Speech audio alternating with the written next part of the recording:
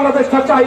যারা 1971 সালে এই বাংলাদেশের বিরোধিতা করেছিল, যারা এই বাংলাদেশটাকে চাইলেই পাকিস্তানি হানাদার বাহিনীর দূষণ যারা ছিল, তারাই আজকে এভাবে এই বাংলাদেশে আগুন সন্ত্রাস করছে, এই বাংলাদেশের মানুষকে চালিয়ে পুড়িয়ে দিচ্ছে। আজকে অনেকে অনেক ভাবে বলতে চাই, আমরা বলতে চাই, আমরা যারা রয়েছি আমরা সত্যের সাথে রয়েছি, আমরা ন্যায়ের সাথে রয়েছি, আমরা ন্যায় প্রতিষ্ঠার জন্য সত্যের সংগ্রামে আমরা সবসময় সাথে থাকবো। আমরা কোন ওই রাজাকার পাকিস্তানি হানাদার বাহিনীর যে আস্ফালন, তাদের যে পেতাত্তারা রয়েছে, তাদের যে আস্ফালন, সেই আস্ফালন কোনোভাবেই এই বাংলাদেশে কোনোভাবে সেটা প্রতিষ্ঠিত করতে আমরা দিব না।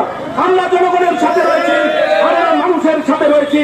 আমাদের সরকার, আমাদের মাননীয় প্রধানমন্ত্রী জননেত্রী শেখ হাসিনা সারা বাংলাদেশে সেই অভূতপূর্ব উন্নয়ন ঘটিয়েছেন, তিনি তার একার ভোগের জন্য নয়,